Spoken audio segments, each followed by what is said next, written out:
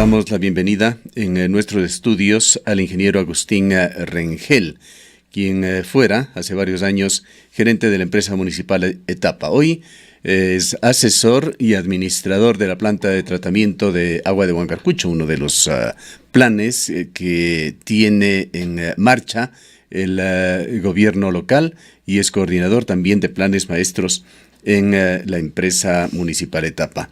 Ingeniero Rengel, muy buenos días. Empecemos hablando sobre este proyecto de Huancarcucho, que empezó dentro de una polémica. Se había dado a conocer de que Etapa había comprado estos terrenos en la zona del Descanso, y en algún momento tuvimos la presencia de un experto de la ciudad de Guayaquil, quien señalaba que debido a las restricciones del terreno se iba a utilizar tecnología muy cara, que no era la adecuada, y que el proyecto que en su momento se planteaba en un proyecto del orden de 10 a 15 millones de dólares subiría radicalmente. Hoy en día se encuentra en marcha este plan, el de tratamiento de agua de Huancarcucho, con un presupuesto que supera los 60 millones de dólares. Quizá si hacemos una breve historia de cómo el proceso de decisiones dentro de Etapa y el municipio de Cuenca ha llevado a esta coyuntura. Con mucho gusto. Bueno, buenos días, Gustavo. Realmente es un placer volver a estar con usted, compartir esta mesa que en el pasado lo hicimos, y me siento muy contento de estar acá, y un saludo muy cordial a la ciudadanía de Cuenca, quienes nos escuchan, pues, y a todas las personas que hacen Ondas Azuayas. Muchas gracias. Respecto a su inquietud de la planta de Huancarcucho, pues me gustaría hacer tal vez un poquito de historia sobre lo que Etapa ha hecho con relación al tratamiento de las aguas residuales. Los primeros pasos que se dio en este aspecto fue allá por 1975, en donde se hicieron los primeros análisis de la calidad de las aguas de los ríos, especialmente del Tomebamba. Recordará, Gustavo, pues, que en las épocas de estiaje teníamos una situación de insalubridad increíble en los alrededores del río Tomebamba. Entonces empezaron estudios de oxígeno disuelto, de contaminación de coliformes, en fin. Se prohibió el lavado de la ropa en las épocas de estiaje, y luego nació, pues, la idea ya de los planes maestros como tales, ya de un enfoque holístico de lo que tenía que ver el entorno urbano de Cuenca, que en aquel entonces llegaba entre las 4.000, 5.000 hectáreas, y se proyectó en un primer plan maestro para 6.000 hectáreas. En las proyecciones que se hicieron respecto a aguas residuales, hubo, pues, la construcción de macros drenajes de la ciudad. Recordará usted la calle Huayna Cápac, en la avenida Huayna Cápac, el Gallinazo, el Chanchaco, en la Miguel Vélez, la Miguel Cordero, en la zona del Ordóñez Lazo. En fin, se hicieron una serie de colectores muy grandes para sacarnos las aguas lluvias que causaban demasiado daño, especialmente en esta zona de la ciudad. Trabajos muy intensos en la ciudad que se desarrollaron durante varios años. Quizás usted recuerde cuántos años estuvo Cuenca también haciendo un paralelismo con lo que sucedió con el tranvía, trabajos en los que se interrumpían importantes arterias de la ciudad. Sí, eso fue en el primer plan maestro, en donde hubo que intervenir en colectores, y la redistribución del agua potable eran instalaciones que tenían 60 años, 70 años de trabajo. Entonces necesariamente hubo que cambiar, y realmente recordamos los dos, y creo que muchísima gente de Cuenca, que el centro histórico fue realmente sometido, yo creo que a presiones más duras que el tranvía, porque abrimos casi toda la ciudad, ¿no? Bien, pero bueno, fue por beneficio de Cuenca. Volviendo al tema de las aguas residuales, entonces, uno de los primeros pasos que se hizo fue la construcción de los colectores marginales en los ríos Machángara, el Tomebamba, Llanuncay, parte del Tarqui, especialmente en lo que tocaba el paso a la ciudad. Se concentraron las aguas residuales en la zona de Monay, un poco más abajo de Monay, y luego se transportó mediante un emisario final a la zona de Ucubamba. Se había diseñado ya la planta de aguas residuales de Ucubamba mediante el sistema de lagunas de estabilización. En aquel entonces se mencionaba que el costo del terreno realmente es muy asequible, que la operación de este tipo de planta de aguas residuales realmente es muy sencillo, que la energía que se va a utilizar también es muy poca.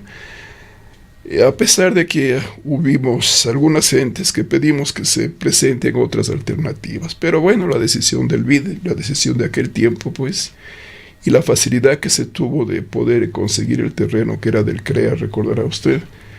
Entonces se llevó adelante la construcción de estas lagunas. Estas lagunas se las diseñó para un caudal de 1.800 litros por segundo, con un horizonte de proyecto al 2015, lo que ya está cumplido, ¿no? Este momento reciben alrededor de 1.750, diría ya los 1.800 litros por segundo.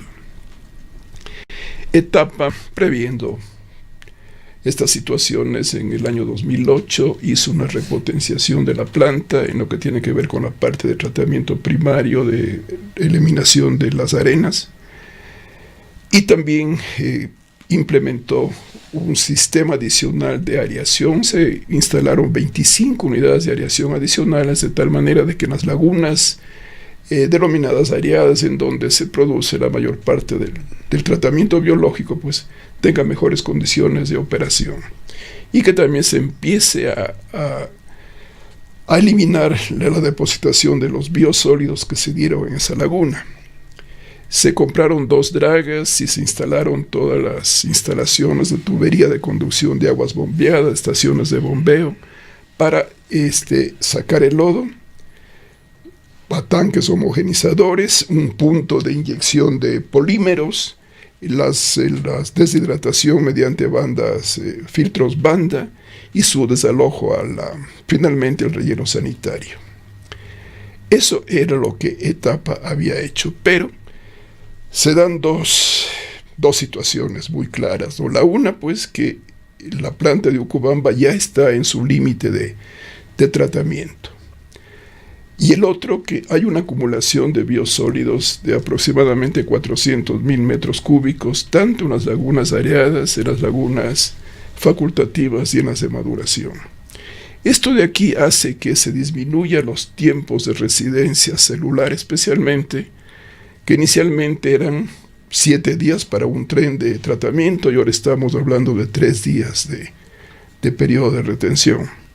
Inicialmente... Esa sería la situación actual, pero quizá valdría la pena hacer un análisis de el papel que jugaron estas lagunas en los aproximadamente 30 años que han estado en servicio. No, realmente la eficiencia de las lagunas, pues, es indudable. Es una masa de agua muy grande, y al inicio de su operación, a lo que tenemos un parámetro de medida de control, que es la demanda bioquímica de oxígeno, que en definitiva es la cantidad de materia orgánica biodegradable. Entonces entraban valores de 100, 150, 120, y el efluente era de 13, 15 miligramos por litro, ¿no? Es decir, la eficiencia realmente óptima de las lagunas. Y en la actualidad, a pesar de tener estos inconvenientes con la acumulación de lodos que han generado cortocircuitos, espacios muertos, corrientes parásitas, etc., estamos obteniendo una efluente con 26 miligramos por litro de demanda bioquímica de oxígeno, debiendo manifestar que las permisibles normas ecuatorianas dicen que podemos descargar hasta 100 miligramos por litro. Entonces tenemos este problema con Ucubamba. En el Plan Maestro 1 ya se vislumbró la necesidad de hacer una planta aguas abajo de Ucubamba. En el Plan Maestro número 2, pues, se ratificó aquello y se propuso tecnologías alternas, tales como filtros rociadores, zanjas de oxidación y los lodos activados. Permítame aquí una pregunta, espero que no sea insensata. ¿Es factible con la tecnología actual recuperar los niveles de eficiencia de Ucubamba? Vamos a conversarlo luego, tal vez, Gustavo, pero creo que después nos podemos entrar en esto. Ya. Me gustaría unir esto. Esperemos que el tiempo nos alcance y no lo dejemos fuera. Lo de Huangarcucha. Etapa, luego del segundo plan maestro, una vez terminado el segundo plan maestro, propuso, pues, que se construya la planta de tratamiento, aquella que usted mencionó, que es una planta denominada DAF, que significa Diffuse Air Flotation. simplemente pues es una unidad de tratamiento, lo que denominamos tratamiento primario. Dentro de las tecnologías de tratamiento se habla del tratamiento primario, que no es nada más que un retirar de los materiales flotantes, de los sólidos flotantes y de material sedimentable. Y no se da ningún tratamiento al agua, y en la propuesta que fue desechada por el municipio, el equipo para hacer este sistema de inyección de aire y eliminar los sólidos gruesos, el costo era aproximadamente de 20 millones solamente el equipo. La capacidad de tratamiento era de 600 litros por segundo, requiriéndose 1.200 litros por segundo. No se consideró en este proyecto lo que tiene que ver las obras civiles, de cimentaciones. No se consideraron estudios de riesgos, por ejemplo, riesgos hidrológicos.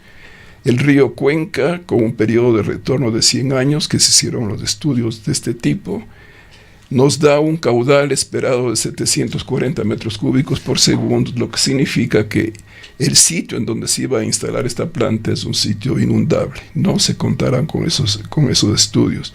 Tampoco se hizo ningún estudio geológico ni tampoco de sísmica.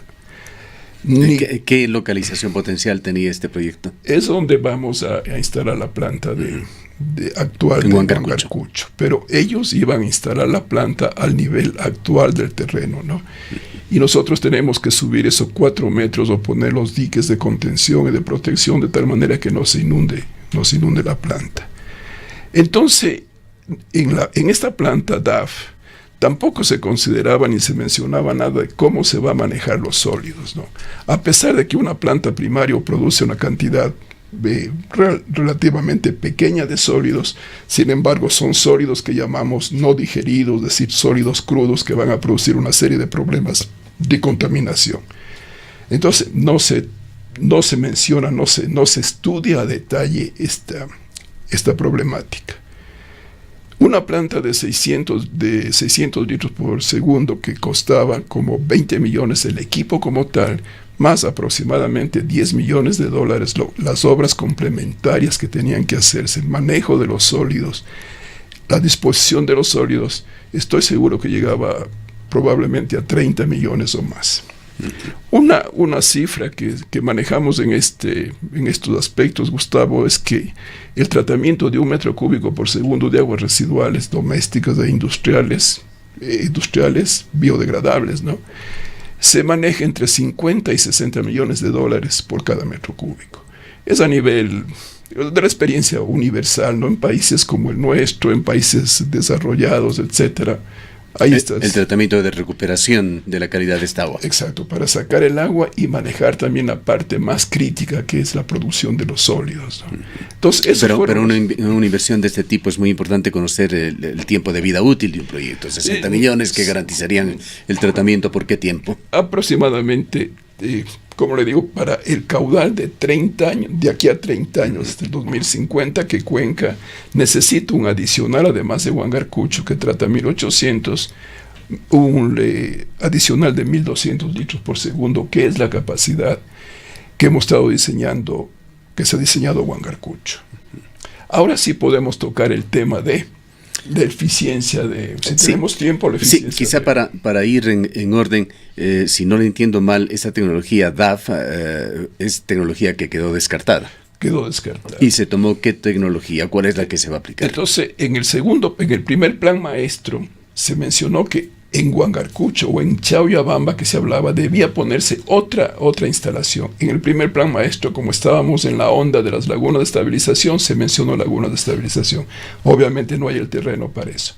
En el segundo plan maestro ya dijeron que se pongan alternativas o que se estudien esta tecnología de los filtros rociadores, de lodos activados o de zanjas de estabilización. Dos consultores analizaron el tema y mencionaron que los lodos activados es la tecnología más adecuada. Realmente es una tecnología muy flexible que permite una serie de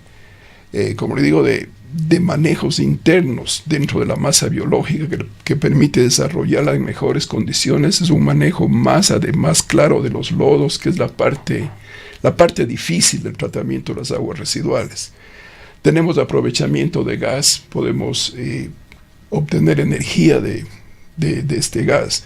Es una tecnología pues que nos permite inclusive, mediante modificaciones elementales en el manejo mismo, en la parte operativa, de llegar a eliminaciones de nitrógeno y fósforo a niveles que todavía aquí en el país no se exigen, pero que estamos preparados para hacerlo. El problema de este tipo de tecnología sería el costo. Es una tecnología realmente que Gustavo, si nos referimos a las lagunas de estabilización que se tomaba como la más barata, eso si lo ponemos a costos actuales, probablemente lleguemos a una cifra tan alta como $80 millones. Entonces, no ¿por el costo de los terrenos fundamentalmente? Tenemos 45 hectáreas de lagunas ahí de espejo de agua, que realmente es una cantidad muy, muy alta, ¿no? La operación de las lagunas de estabilización no es gratis. Requiere personal especializado, requiere equipo especializado, y tenemos el gran problema de este tipo de tratamiento, que supuestamente es más barato, la acumulación de lodos. Como le digo, 400,000 metros cúbicos de lodo es una cantidad realmente muy considerable. Y todas estas situaciones llevaron a que se decida la empresa Grille & Hansen, Axan, el consorcio que se hizo. ¿De qué origen es? ¿De qué país? Grille & Hansen de Estados Unidos, con una experiencia realmente muy amplia, ¿no? Y nuestra compañía local Axan, que también tiene una experiencia muy vasta en estos temas. Ellos ratificaron mediante una serie de estudios que el sistema de lodos activados era el más adecuado, el que más conviene a la empresa. ¿Cuál es el costo de este proyecto? $65 millones. La planta como tal, la construcción, son $62 millones. La fiscalización probablemente cueste alrededor de unos $2,5 millones, y la administración de todo el proyecto aproximadamente $1 millón. Hablamos en términos redondos de $65 millones. Adicionalmente, hemos hecho una serie de obras adicionales estamos trabajando, ¿no? La una fueron estudios de riesgo, que llamamos riesgo hidrológico, le menciono, de este caudal de 740 metros cúbicos por segundo, que realmente es una cifra muy alta y que nos obliga pues a que hagamos muros de protección en el río. Se han hecho estudios sísmicos, estudios geológicos. Tenemos el problema de la Josefina muy cerquita de la planta, pero los geólogos contratados nos han asegurado pues que no esperemos un movimiento másico de ese tipo. Hemos hecho los estudios de energía. Está instalado este momento ya la unidad de energía, porque estas plantas requieren mucha energía. ¿La amenaza que continúa latente de la Josefina ha sido considerada? En el estudio del riesgo geológico sí, y ellos, los expertos, dijeron pues que no hay un riesgo eminente de un movimiento másico de ese tipo, ¿no? Esperemos que así sea, ¿no? En todo caso, ¿en qué punto se encontraría este proyecto? Este momento tenemos el diseño terminado, aprobado por la fiscalización y aprobado por la administración del proyecto.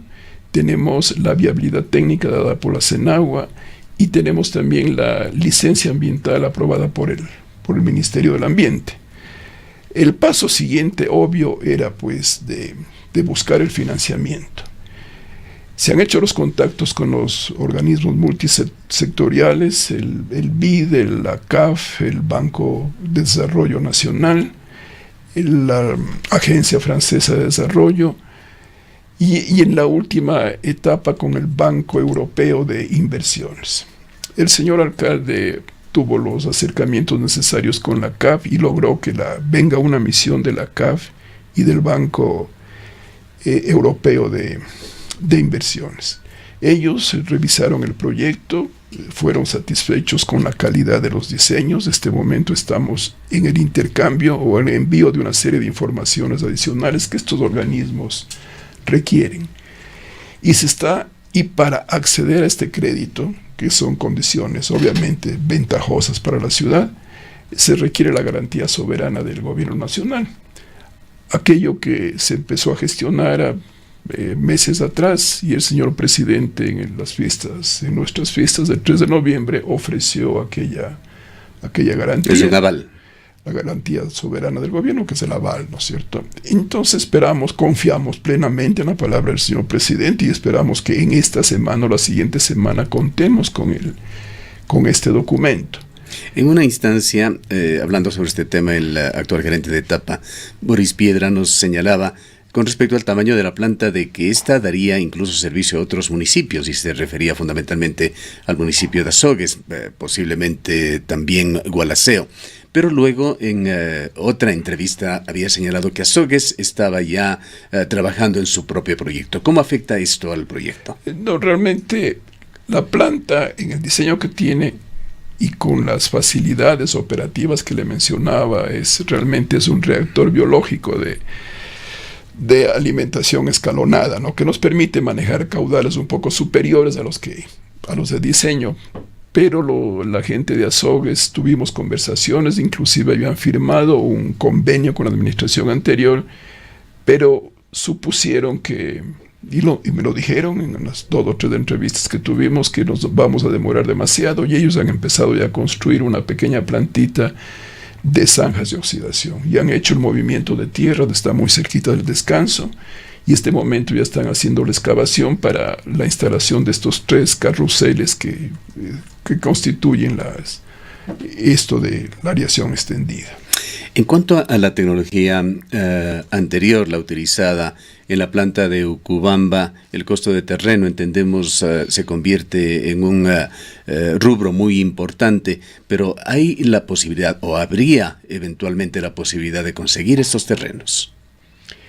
En la parte de Huangarcucho, no, sería muy complicado. Lo que se está pensando al futuro... Tiene que ser la planta de tratamiento, sí, evidentemente aguas abajo de la ciudad. Sí.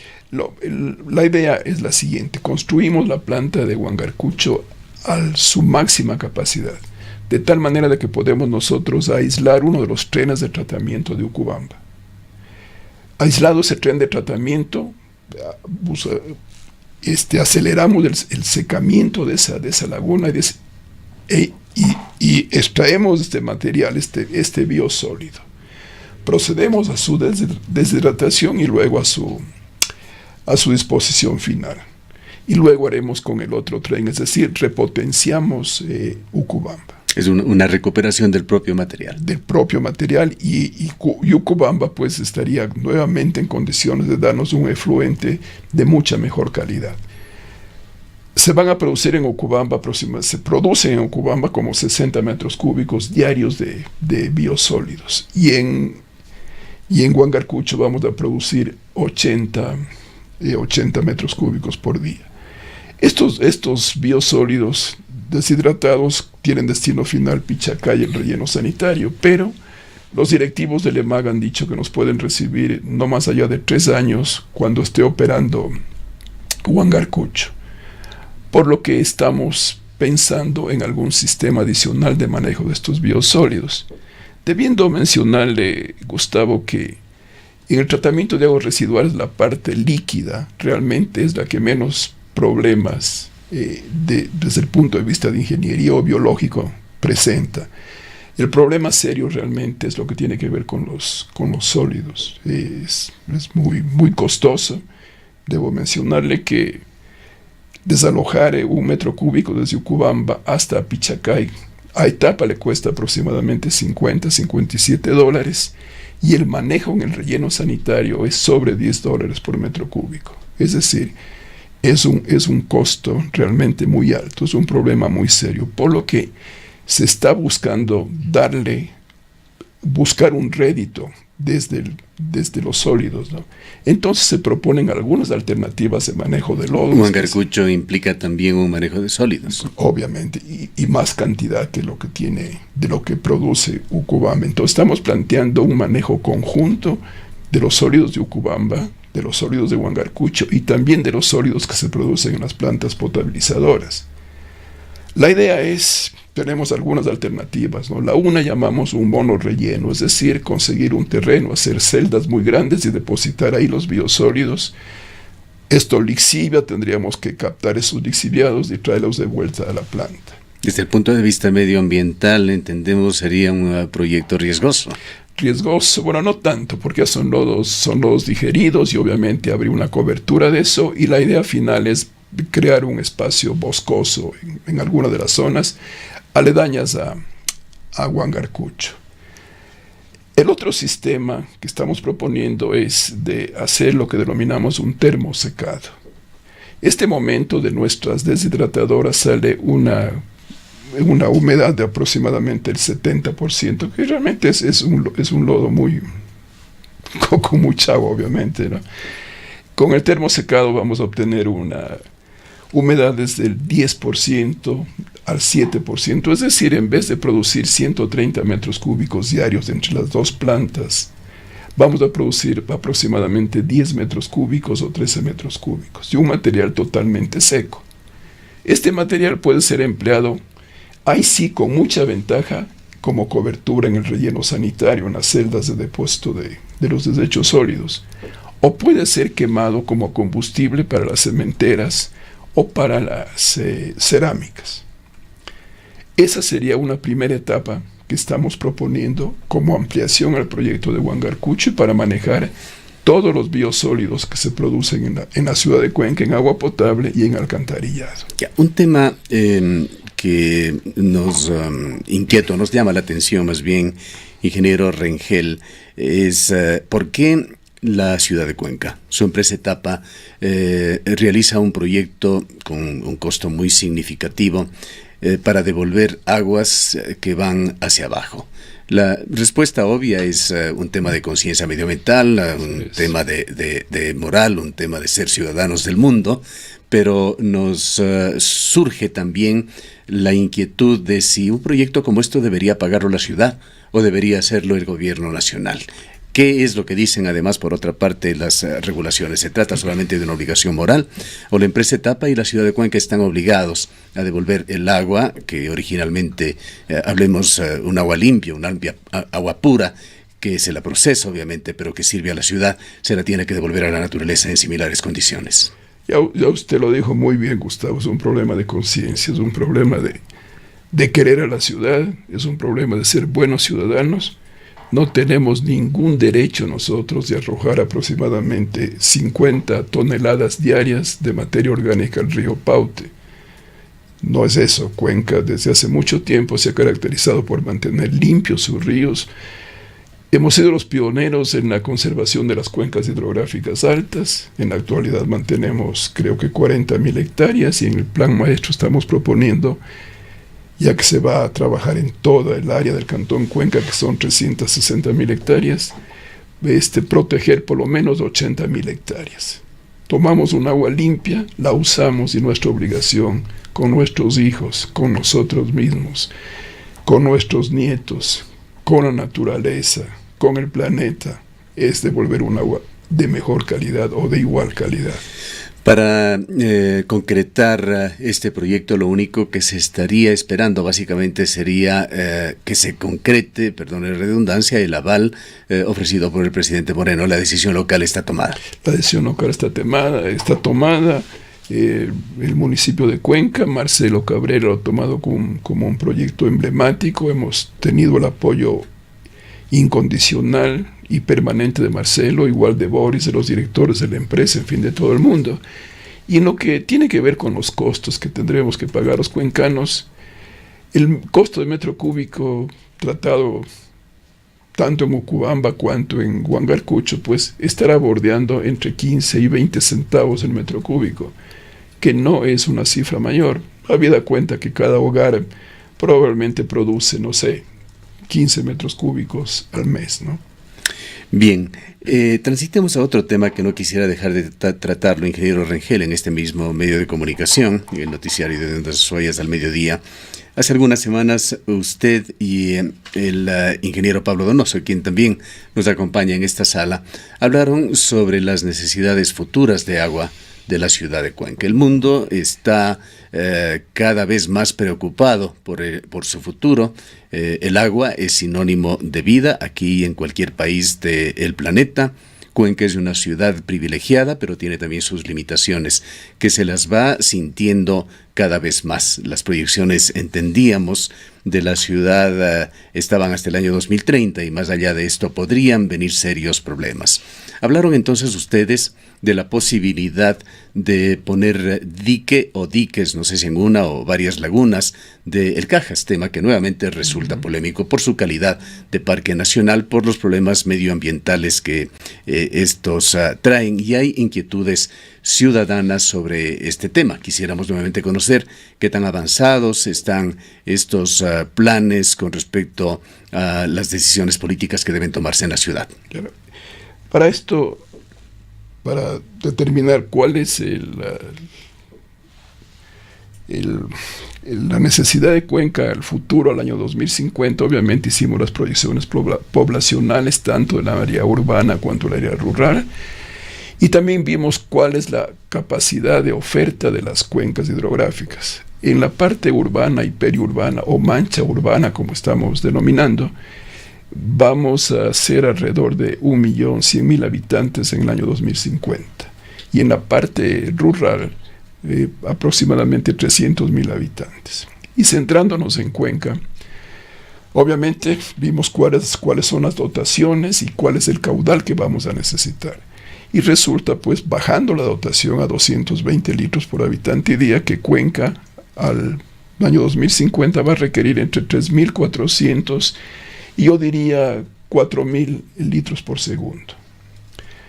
El siguiente paso obvio, pues, y aquí Pablo nos ayudó en este tema, fue averiguar cómo es el régimen hídrico de los ríos. Cuando utilizamos el río Yanuncay, el río Tomebamba y el río Machángara, y en muy poca escala el río Culebrillas. Cuando tenemos caudales medios y a máximo no tenemos ningún inconveniente de abastecimiento, y así decimos, estamos muy bien servidos. El río Tomebamba tiene un caudal medio de mayor de 5 metros cúbicos por segundo, Yanuncay como 6 metros cúbicos por segundo, Machángara está regulado por las dos presas las presas de Labrado y de Chanluz, o Saucay, que tienen aproximadamente 20 millones de metros cúbicos almacenados, y el río Culebrillas, pues como digo, es muy tangencial. En esas condiciones no tenemos ningún problema, absolutamente, y podemos tomar los 3.500, 4.000 litros por segundo requeridos. Pero en la época de estiaje, que aproximadamente duran 90 días en el año, pero que no son continuos, sino son, digamos, 30 días máximo, ¿no? Y tenemos lluvias intermedias, etc. Pero hemos medido que en el río Tomebamba 500 litros por segundo, en el río Yanuncay 600 litros por segundo, y en el de Machángara, pues bueno, siempre vamos a contar con el agua necesaria para abastecer a Tixán de 1 y 2, que en total son alrededor de 2 metros cúbicos por segundo. Pero Yanuncay y Tomebamba son los problemas serios.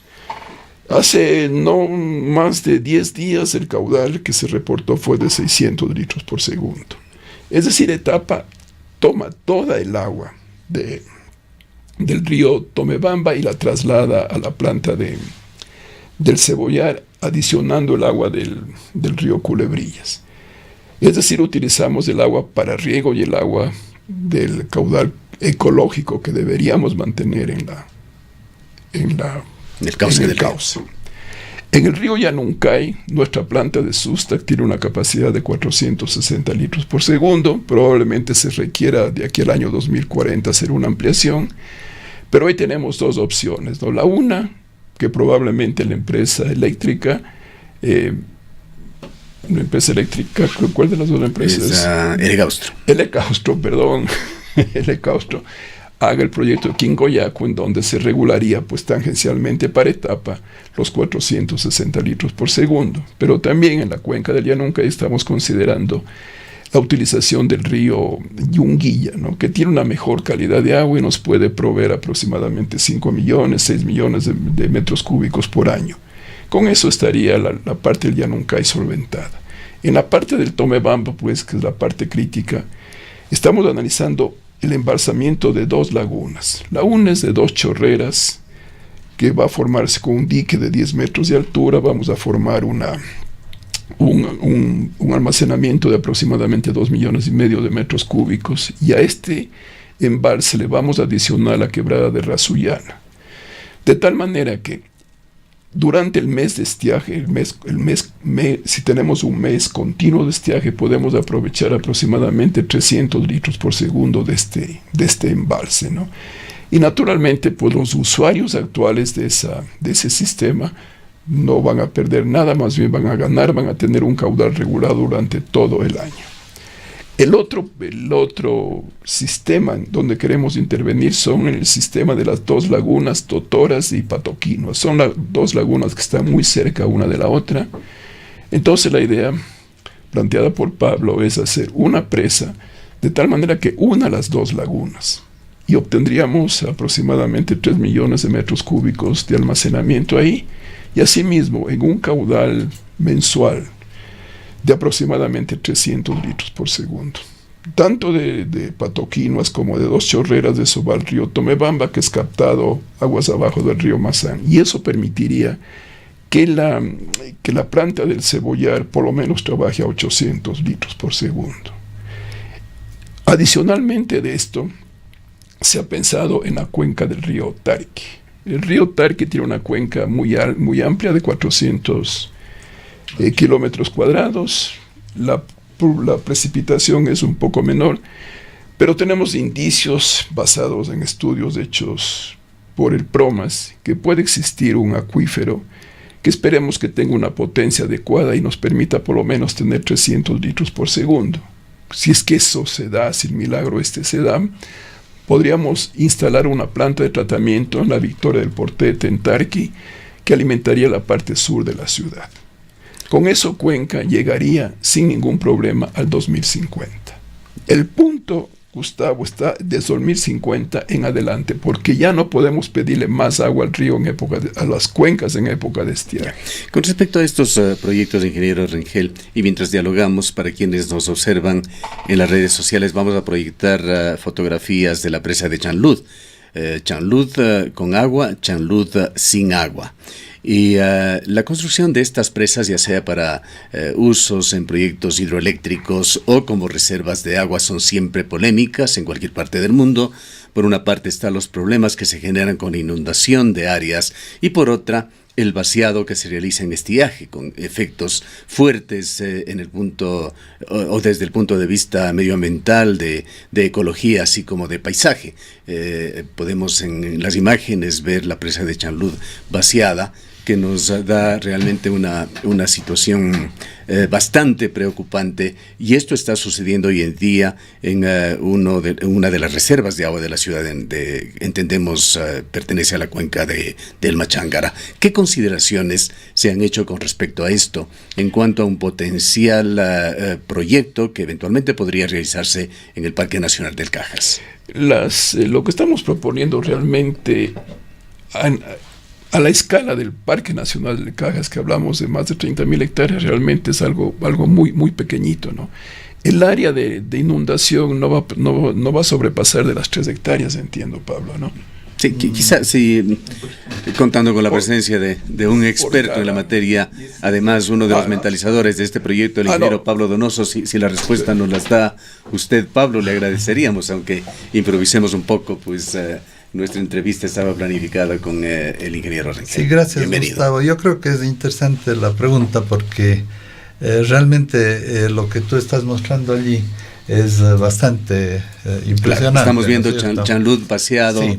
Un paisaje realmente lamentable. Si tú comparas Chanlud con Labrado, la cosa es muy diferente. Labrado mantiene siempre el nivel de agua en forma casi permanente, en el máximo, ¿no? ¿Y por qué? Porque el Labrado está con un volumen menor al que puede necesitarse para regular la cuenca al 100%. En cambio, la de Chanlud prácticamente se encuentra con el volumen exacto que necesita para regular la cuenca totalmente al 100%.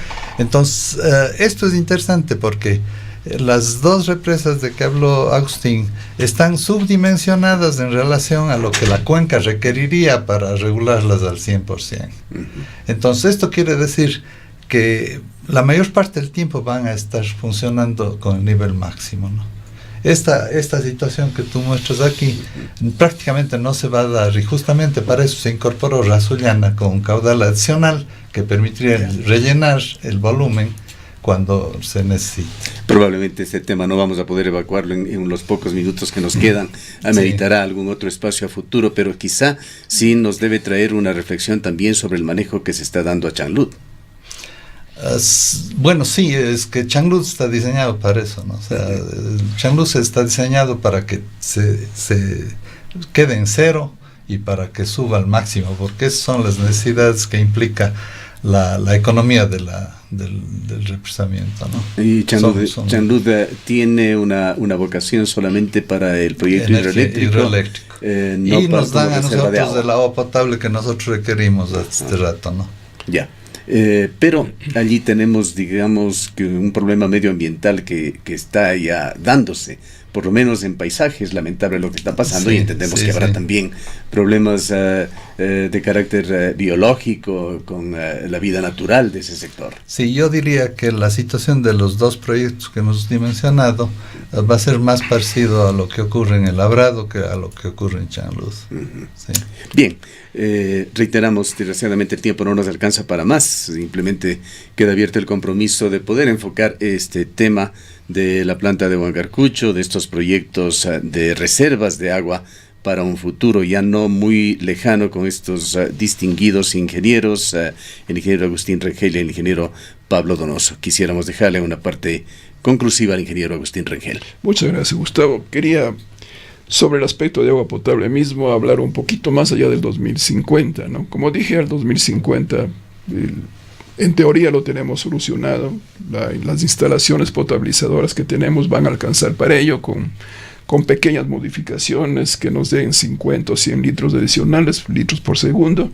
Cuenca está servida hasta el año 2050. El problema sucede del 2050 en adelante, como estaba mencionando. Para eso estamos nosotros manejando en el ámbito rural proyectos para 3 parroquias o 5 parroquias, pero se inició con Santana y con Quingeo, que realmente es crítico el abastecimiento de agua para estas poblaciones. Y pusimos los ojos en el río Moya, que pertenece a la cuenca del río San Francisco, y ese pues al río Negro, y se van al oriente. Entonces se planteó tomar el agua de este río Moya, que es de la jurisdicción del cantón Siksik, con 120 litros por segundo, y servimos completamente a Santana, a Quingeo, parte de Cumbe y parte de Tarqui. Pero la idea fundamental de esto, Gustavo, es que abrimos la puerta de ingreso de Cuenca hacia las cuencas orientales, y para el futuro de cualquiera de los ríos que mencioné, orientales, del río Pamar, del río Negro, del río San Francisco, podemos traer sin ningún problema, bueno, con muchos problemas de ingeniería y costos, aproximadamente 5 metros cúbicos por segundo. Lo que nos dice que Cuenca no deja de ser una ciudad privilegiada, pero igual tenemos que tomar previsiones y cuidar. Los tátaras nietos van a estar muy bien servidos. Eso es realmente uno de los logros del plan maestro, esta proyección hacia el 2100 para probablemente una población de 3 o 4 millones de cuencanos y de azuayos y probablemente de cañaris, en donde podemos hacer una planta regional que sirva a muchas comunidades. Bien, queremos agradecer al ingeniero Agustín Rengel por las importantes informaciones que nos ha entregado esta mañana, y también al ingeniero Pablo Donoso, que nos ha acompañado en este diálogo.